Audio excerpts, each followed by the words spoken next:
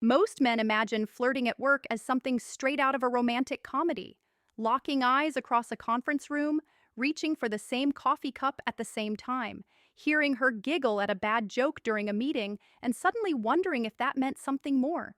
But the truth is very different. Real flirting at work is far more subtle and far more risky. A woman is rarely going to be obvious, and in most cases, she cannot afford to be. There are reputations to protect, professional images to maintain, power dynamics to navigate, and sometimes very real HR policies that limit what can be expressed openly. Still, attraction does not disappear just because someone is at work. When a woman truly likes you in a professional environment, she will find careful and intelligent ways to show it. The key is that she wants to make sure you are the only one who notices. That is what we are breaking down today on Zemfax. These are the risky, quiet, and commonly overlooked ways women flirt at work. Not the obvious signs everyone talks about, but the deeper moves she rarely even admits to her friends. The first sign is what can be described as an emotional mask drop. In the workplace, everyone wears a mask, especially women. She is polished, professional, polite, and measured. Every word is chosen carefully.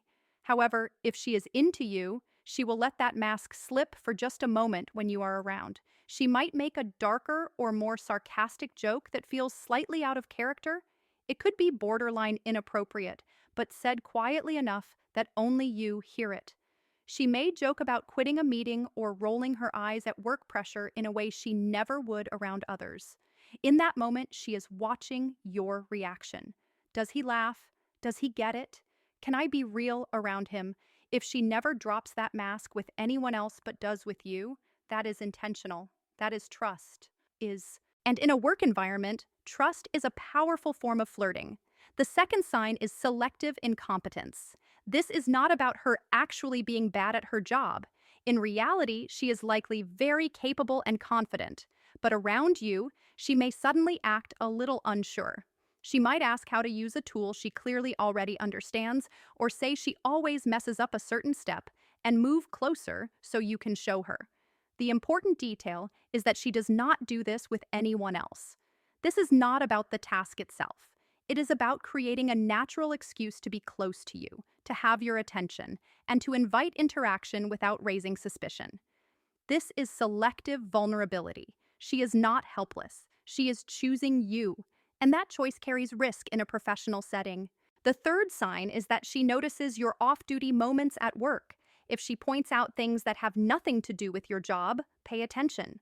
She may tease you about your messy hair during an early meeting or joke that you look like you slept in your chair. She might comment that you seem calmer after lunch or more intense in the mornings. These are not criticisms. They are micro-observations. She is showing that she sees you as more than just a coworker. She notices who you are when you are tired, distracted, relaxed, or unguarded. She notices your posture, your scent, how you drink your coffee, and how your energy shifts. That level of attention is not accidental. It means she is watching you as a man, not just as a colleague. The fourth sign is playful disagreement. Many people believe flirting is about agreeing on everything, but intelligent flirting often involves light tension. You mention a band you love, and she rolls her eyes while smiling and calls it embarrassing. You complain about the office chairs, and she jokes that your posture is the real problem. This is not conflict. It is playful misalignment. She is adding energy and challenge. If she did not like you, she would stay polite, neutral, and safe. The fact that she teases you shows comfort, confidence, and interest. The fifth sign is subtle invitations outside the work bubble. She will not usually say something direct like we should hang out alone. That is too risky at work.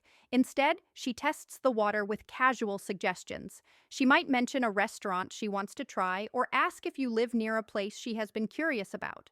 Sometimes she will disguise it as a group idea, like a team happy hour, but she looks directly at you when she says it. If you respond positively, she follows up. If you brush it off, she can pretend it meant nothing. These low-risk invitations are her way of opening the door and seeing if you step through it. The sixth sign is the creation of inside jokes. These jokes often start small and are not even particularly funny. Maybe you both complain about the coffee machine one day, and the next day she references it again. Over time, it becomes a shared language. Inside jokes create a private bubble within a public space. They signal closeness, familiarity, and emotional connection. She remembers what you said, builds on it, and brings it back later. The joke itself does not matter. The bond does. The seventh sign is strategic use of time rather than constant attention.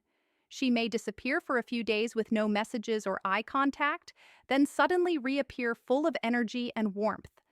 This push and pull is not random, it creates rhythm.